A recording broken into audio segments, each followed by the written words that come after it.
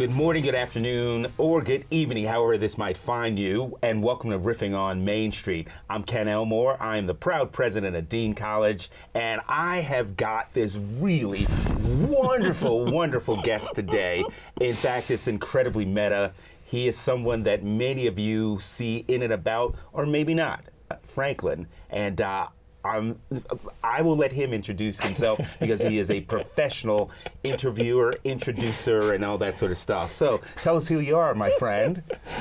Well, my name is Steve Sherlock, and I'm the Community Information Director on a volunteer basis for Franklin Matters in Franklin Public Radio, Franklin TV. So yeah, it's different being on the other side. Right. The shoot is different, but I'm looking forward to this. Thank you for the opportunity. Well, I'm glad you're here. So tell me what you think you do. Outside of what your title, you gave me this volunteer titles, but what's Steve do? And having cheated somewhat to the extent of, I've seen a couple of your earlier productions so far to get an insight as to, okay, what am I getting into here? Right. I think the best way to go would be kind of going back to the beginning. So I was a child, and I never wanted to grow up. So I'm still approaching life as being kind of the big kid. Okay. I don't want to grow up, even though I've been forced to. So I have retired. I've worked the pension details. Now I'm a grandfather. It's like, congrats. Those are hard words to deal with. Right, sure. But in the beginning, at some point in time, clearly as we understand and we go back in history, people, in order to communicate, started drawing on caves. And then eventually words came along so people could talk to each other. So if anything, I tend to be more of a wordsmith, and I'm getting much more comfortable calling myself a poet. Because that gives me the creative aspect of what I do on a regular basis, as opposed to clearly there's creativity, but I've got much more of a structure around the other interviews, the other reporting I do, because the facts matter. I don't change them. I just provide accurate, timely info.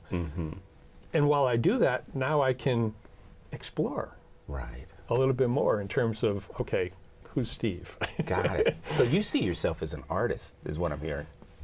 I was initially going to be a teacher, one of the world's greatest English teachers. Okay, all right. But while I subbed for a while and coached for a while, I couldn't get that full-time position. And then I met the woman who was going to be my wife, and we decided that, the corporate world would probably be a better financial option for us. Right. She continued teaching. I'm indirectly teaching and have done that through a variety of corporate roles. And clearly, while I'm leading as Community Information Director, I'm still teaching, but in a more indirect manner. Gotcha.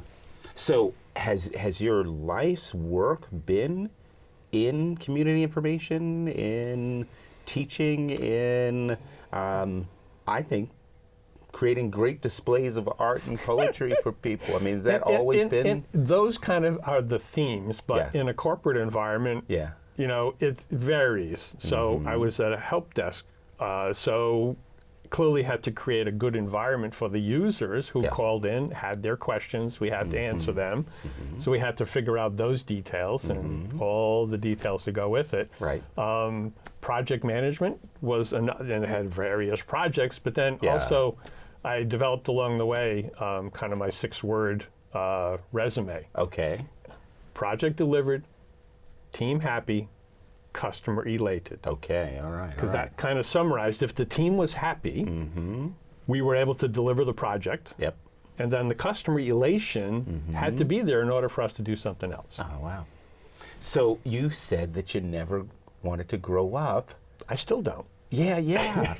What is growing up? I love it. I love how we put together growing up or not, and art and creativity and everything that goes with it. When did they beat it out of you? I don't think they have. I mean, my kids still say, Dad, Dad's a big kid. And now that I've got my grandson, it gives me an excuse to play in sandboxes, to really approach things with, the kid's view. There's no bias. It's just like, ask questions, be curious, follow that. So I have a whole lot of fun, most of the time. There are frustrations. I'll admit that. Life is hard. Life is challenging. So when you create, you're into technology, I would imagine. You have to be. I've been familiar with technology, having grown up with it. So yeah, and a user, right? I'm a user and abuser in some cases because I force the tech to do what I need it to do. Well, I was going to say, you've got to stay cutting edge with it. I try not to go on the bleeding edge, but I try to stay close to at least what's practical and what's user friendly. Because if the users aren't going to use it, then got it. It's not going to help us. So you're in a world where, well, let me back up. You volunteer to do this. Absolutely. Tell me about that. Yeah. So in 2005, 6, kids were going through high school. One had graduated, one was finishing.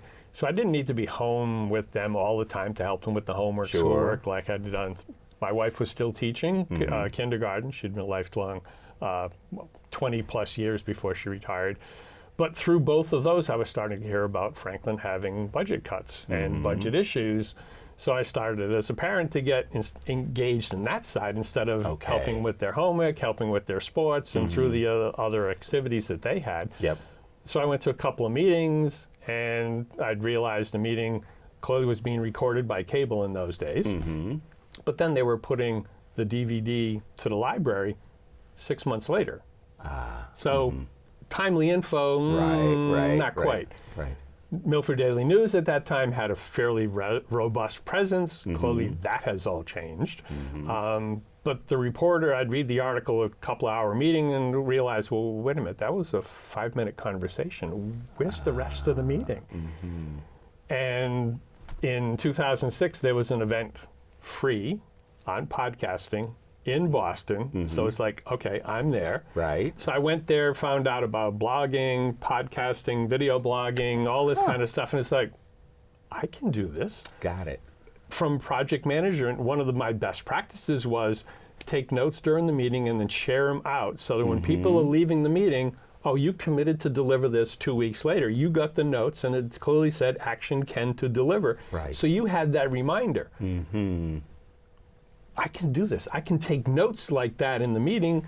The blog is free, update it, boom, boom, boom. Twitter came along, so I've kind of evolved along the way.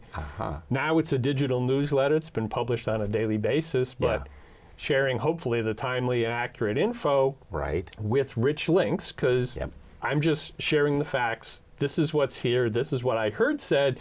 You can make your choice, go one way or the other, but you also have all the info, hopefully, that can help you make that choice. Wow. So that's the short story. And we're continuing to evolve. So what's your day like? I mean, I see you everywhere, and you are putting out a lot of content, or you're at least getting a lot of content and then getting it out there. I see you at places in Franklin that I would say are places of legislators, places of art, quiet places, crowds, the work. So how do you spend your day?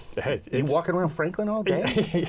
When I was working, I would do a specific piece on the weekend called Reporting by Walking Around, because while I was taking the train going to Boston for my corporate job, then I would catch up on what was going on the weekend.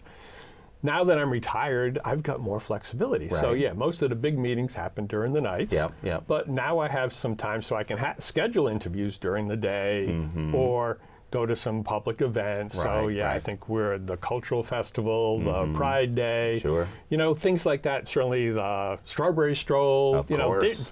Franklin is loaded with lots of activities. One of the things I coordinate with the Cultural District is the community calendar, and there's so much going on. This weekend, obviously, we've got the Farmers Market on a Friday, concerts on the Common, but then you've got 67 Degrees, La Cantina, and now Birchwood Bakery has added music. I've seen that. There's plenty of options, plenty of things to do. So. You know, I still have house stuff. I still have to keep my wife happy with the to-do list. But I've got some flexibility around what I do and when I do. So, I appreciate that I'm everywhere.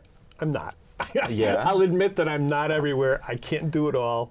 I only do kind of what I find have been like the key things.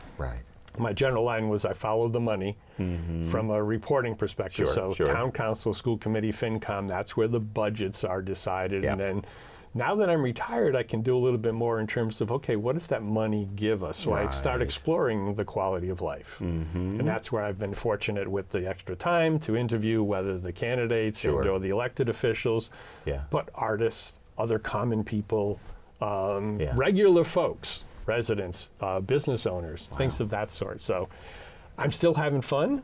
I'm still learning a lot and still exploring. So yeah, I haven't grown up. I don't have a job to do. And still curious. That's what I love. Absolutely. Still curious. Yeah, there's so much happening. You know, there's that advice. Stay curious. I mean, this is amazing. Definitely. So you're also in this world where we have, and I think it's always been this way, but it's just been so heightened for certainly me and a lot of us, where we are digging and arguing about the truth. Yeah. How does that affect you? Or I'm sure you think about this all the time, I do. and the truth being politicized, and the truth being made into something it's other than the truth. Information that we probably have more information coming at us in a single day than all the rest of our days of our lives. I mean, we can talk certainly to me about that. Yeah, we can certainly get overwhelmed. The attention deficit disorder is out there for many, many folks. I have the discipline to turn off notifications. I've got a bunch of apps. I don't have notifications. I go to them when I need to. That requires discipline. Not everybody can do that. I understand that. But to the point of, in terms of how do I approach it, well, I'm fortunate by focusing on Franklin. It's a nonpartisan residential decision. So I don't deal with party politics. I certainly understand what's going on. I can contribute, but I choose not to. I focus on, we're just residents. We're living here. We still have to work together. We still, our neighbors are there. Our neighbors are here. By taking that focus, I'm not ignoring everything else, but I'm trying to focus on just the stuff that we're doing that still matters to us in order to get going forward. And then by using the multiple tools that are available via the audio, via the video, or at least sharing the TV recordings, and presenting that information so that it's rich, then people can take the headlines, take the notes, and then dig deeper if they need to, and where it's appropriate for them. So that's the approach that I generally have taken. So do you find yourself welcomed in places? Mostly because I'm not one who, I'm not looking for somebody to, put you on the spot. There's no trick questions. So I'm not doing that. So they generally, and it's interesting because most people tend to know of me. They may be subscribers, but I really haven't seen them, And even at the Strawberry Stroll, I was in front of our TV radio booth, and I was handing out business cards, and I gave one to a lady, and she said, "We've got a radio station?" Yeah, we've had for years. Next card, next lady. Oh, I just heard you talk with so-and-so, and I said, "He's right there. You want to go talk?" Right. So that's the spectrum we're in, where there's so much going on. Clearly, Franklin's a somewhat dynamic place, so people are moving in. People don't necessarily hear what's going on. So that's one of the things where I'm giving back to the community, at least helping the TV, radio find out and create that awareness so that people can listen to things like this as well as other meetings, because there's a whole lot of good going on. Yeah, there is. And, and I also compliment you as well. I've never felt that sort of on the spot. It's always been, hey, you want to talk about, and let's do that. Mind going on camera to do it, or you mind me putting this microphone in front of you? And it's, you always foster the conversation. That's what I love about this. That's the whole point of it, because if we can't get together and talk and use a serious conversation, it can still be serious. Oh, absolutely. But in a congenial way, then by our example, hopefully others will have similar conversations. Hey, you see what Ken and Steve talked about? Well, they didn't go at this. And maybe the next time. But if you start going down, I don't want to go down the slippery slopes. Those are just, that's not good. You're doing the important work. I mean, this is... conversation's pretty hard right now for a lot of people. It can be, absolutely. Yeah, so I'm looking for other ways. I've been fortunate, having developed a relationship. I've got our town administrator, Jamie, Helen, and now the new assistant admin, deputy admin, Amy Frigoletti. Yep. I've got them twice a month, generally, assuming the schedule works, so we can talk Franklin. Yep. I've got our town council chair, Tom Mercer. Generally, post council meetings, we do a town council quarterbacking session. So, what just happened? That's cool. What does it mean to us? That's good. Right? To kind of like boil it down, because Yeah. as you have seen, some meetings can go 3-4 hours. Yes, so we yeah. have a 30-40-minute conversation and kind of condense it The Cliff to that Notes, way. huh? The Cliff Notes.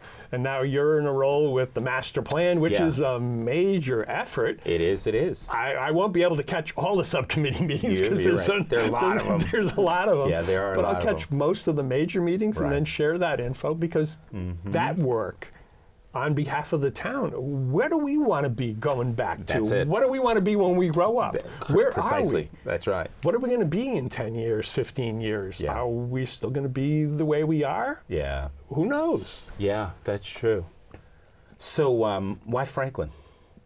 Well, I grew up in Pawtucket, Rhode Island, which Right. is not that far away. Not that far. No, and along the way, I've also learned that one of the railroads actually went down to Pawtucket way back in the time. So it's like, really? Okay. Right. Corporate move. So I had started in Pawtucket, went to Jersey. They moved us to Illinois, moved us back to Jersey, and then there was a project that I was going to be working on for the state. And working based in Boston, so Franklin came up on the radar. So it was like, yeah, we'll relocate here. Right. And at the time, the kids had some trouble transitioning because they were in that young age, et cetera. So we had a 10-year plan that we were going to at least stay here until they graduated from high school, and we're still here. Still here. Wow. We're Wow. still here. It is a gem of a place. It is.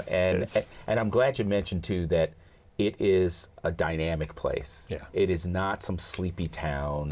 No.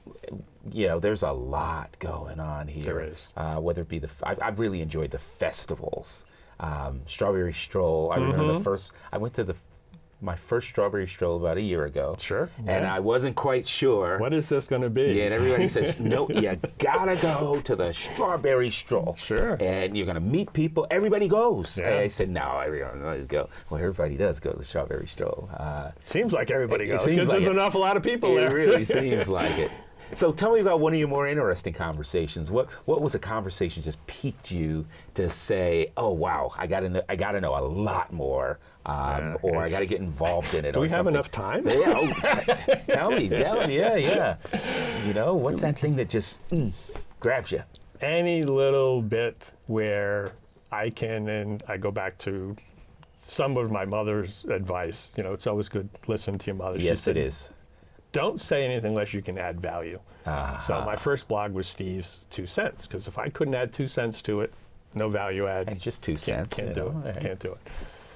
So yeah, there is any number of conversations that happen on a either regular or irregular basis.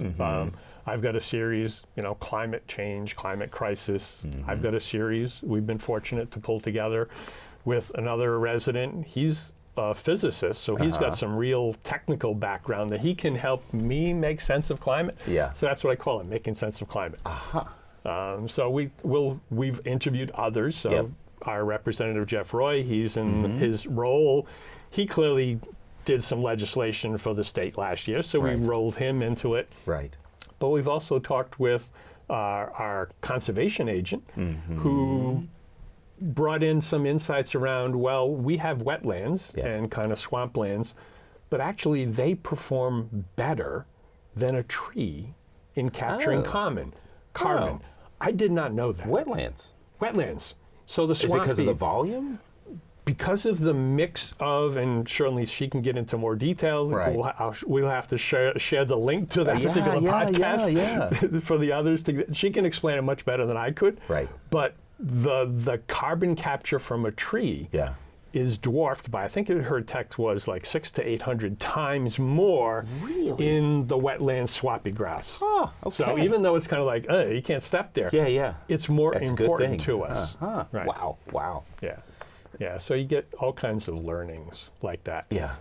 Because of some of the weather and the flooding, et cetera, we met recently with our fire chief because he also wears our emergency management hat. Yeah. So we talked about the town's preparation from an emergency management perspective because, if Franklin got hit with 8 or 10 inches of rain, it's going to be a problem in some of our areas because they're our lowlands. Yeah. They're going to get, roads are going to get flooded, et cetera. So they should at least be equipped with whatever's going to be required to certainly rescue and evacuate the people. And then we do have some resources within the library, senior center, high school that's necessary for, evacuation spaces. Yeah.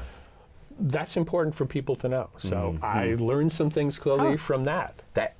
It's a class. I mean, It can be. I mean, the people can still do more going into details, and that's fine. Sure. The chief's open. Call him. Talk to him, or he'll defer to one of his staff, because clearly he's the lead, but his team really is providing it for us. That's what's wonderful about a town, and this town especially. Yeah. So I've been on this kick where I've said that Franklin is Dean's campus and Dean is Franklin's campus. Yes. And what do you think of that? And what do you recommend? I take recommendations all the time. What do you think Dean can do and be more of in Franklin?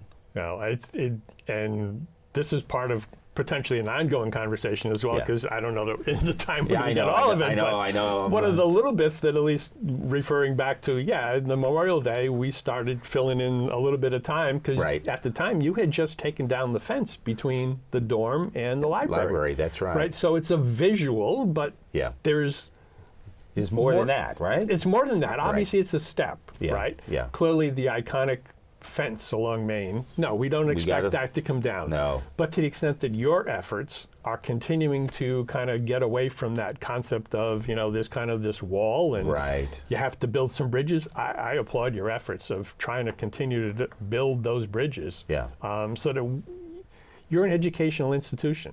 The town provides services. Services are good when people understand what they are. Correct. So there is a collaborative relationship. Yeah, that's right. That can be, enhanced, and it's going to be a win-win as that continues to go. Yeah. And and especially with this library, here I'm situated in a space where we have the first public lending library in the country. Absolutely. In the country. And maybe it's got some significance globally as well. And the last thing I want to do is the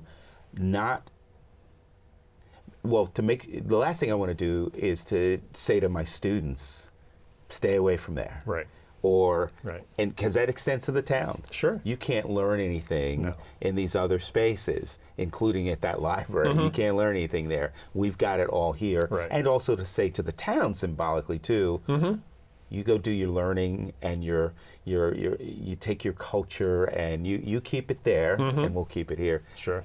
Not a good look, but it's also not a good way, I think, for us as we go forward in the society. It's not good. I think certainly that togetherness going forward and leveraging, you've got skills in your team and college and community have skills, and likewise the town does. Correct. So even one example of kind of the story, so the library got started from Ben Franklin's books as a gift. Right. Allegedly. And there's still some discussion around that. And that's fine, because obviously nobody was there doing what I was doing at that time to report it accurately. Steve, we needed you there. I mean, that's another story for another time. But then somebody like Horace Mann comes along, reads those books, does his learning, then goes on and from the state perspective creates the educational system that we know. Right? So you've got books. We've got books. That's right. Coordinating those books so that someday somebody could be reading yours or reading ours and then doing something else that we don't know. Yeah, that's right. What they're going to do. That's right. Well, and what's more, I'm always looking for those opportunities for our students to have, I deal in giving students platforms. Yes. And there's so many of them in the town. Sure. Look, what we're doing right now, there's a student, behind that camera. Yes, So absolutely. that's what I want more and more and more of. And likewise, I want that high school student to come onto the campus. I want that toddler to come onto the campus with their families as well. We got a lot of cool stuff too, and also opportunities. And that's an important piece. Yeah. So I'm always asking for recommendations. What do you recommend by way of reading, writing, things that you think might be worthwhile for energy and for edification? Yeah, well, aside from Franklin Matters, Yes, Franklin of course. News, aside from that, because there's other stuff out there. Yeah. Clearly, business is important, but we need the cultural aspects, the enrichments, etc. Comedy and humor is good. Steve Martin, who had a great career, comedic career. There's also a banjo player, bluegrass player, etc. He just did a audio book, The Two Steves. Oh, so really? One of his colleagues, eventually, but somebody who was doing art and did an art presentation, he went to because he's interested in art. Sure. And then they became friends, and now they've got a conversation about the two Steves. So it goes through Steve Martin's life. Oh, wow. As in, different Steves. He was this at this aspect, this at this aspect. So you can read the book or you can listen, either way. I love and it. you learn about more of kind of that art creation, the approach, and how things, and then just recognizing that's an open door. I want to do that. Oh, that's cool. That's one. And by the way, Steve Martin's great in in Only Murders in the Building, and a new season just dropped. Yeah, new season just dropped, and he makes me howl. I mean, he's great. He's a wild and crazy guy, yes, right? He is. That goes way back to one of his earlier days. Yeah, he's good. He's good. Yeah, that's one. Certainly, there's any number of opportunities for music in this area, and I'm looking forward to the Circle of Friends. Okay. Reopening in person. Right. That's right. Pandemic, they did some virtual shows. Now there's some regular folk that are coming back. So I think they announced 9 shows. I've already got tickets to at least 3. We'll see how the schedule works. I may do more because I've got to try and get to that as well. It's a great venue, acoustically, for one. It can be up to 300 max. So when it's 150, 200, you're close to the performer, and depending upon that performance and you're there. Nothing like that. No. Yeah. Nothing like that. There's been some great Peter Yarrow. Yeah. He of Peter, Paul, and Mary. That's right. He did a performance a couple of years ago, and his voice is not quite what it used to be. Yeah. There were some songs he would start. And we'd all jump in, right? 300 people did the chorus. Yep. Nothing wrong with that. Nothing wrong with that, because that's the experience, right? Sure. We're going to do that anyway. Sure. How wonderful. Yep. Well, what's bringing you joy right now, Steve? Just getting up every day and figuring out what am I going to do today. Wow. What's on, like today, this was. Wow. After lunch, I go to the senior center. We've got a writers group that meets weekly. Right. We come back to the studio once a month to record our audio podcast. Got it. So we can share. And it's been gradually growing to the extent that our podcast was found by somebody on Amazon Prime, free audio. And she was from Minnesota and said, wait a minute, these are seniors, these are writers, I want to listen. And then she fell in love with our New England accent. So now she's listening and joining us on a regular basis with the technology. So while we're mostly in the senior center, she joins us via Zoom. And then another writer has joined, and we can enable that. So it doesn't have to be always in the one room. Right. We can create that virtual room and then share writings. And if I share what you do, you share what you can multiply the potential of what's That has been the wonderful on. thing about us having to all kind of get into spaces, yearning to still stay connected and being able to use technology to do that. That's that thing that I hope we hold on to. I hope we do as much as we can in person, but the capability is so wonderful. And I understand and respect clearly there in my many roles, there were times where the position I had couldn't be done virtually. Yeah, that's right. I understand that. And there's an awful lot of people who are in that service delivery, whether they're service workers or street cleaners or factory workers, they still need to be there. Yeah.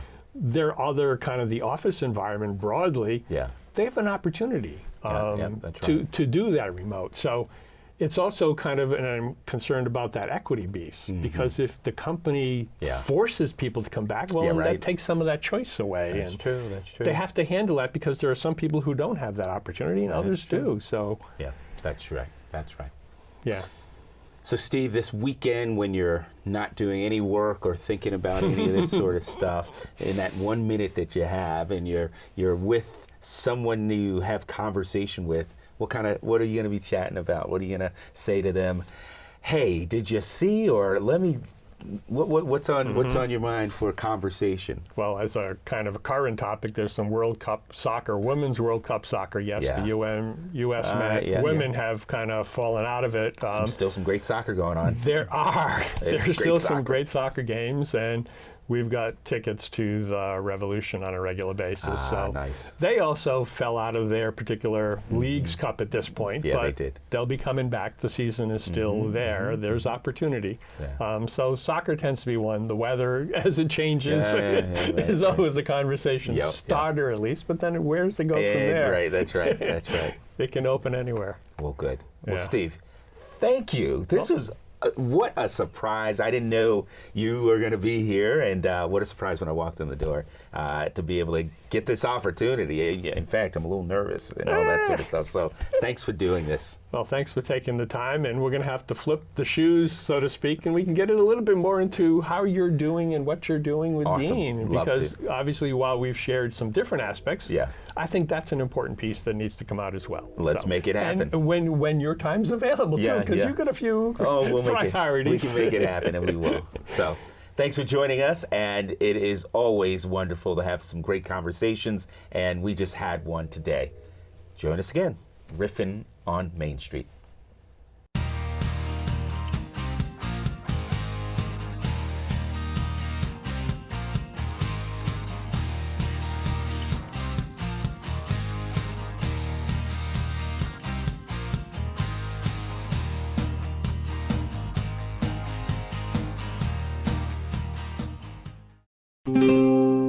This program was made possible by your Franklin friends and neighbors, good folks just like you. Thanks for supporting Franklin TV. And thanks for watching.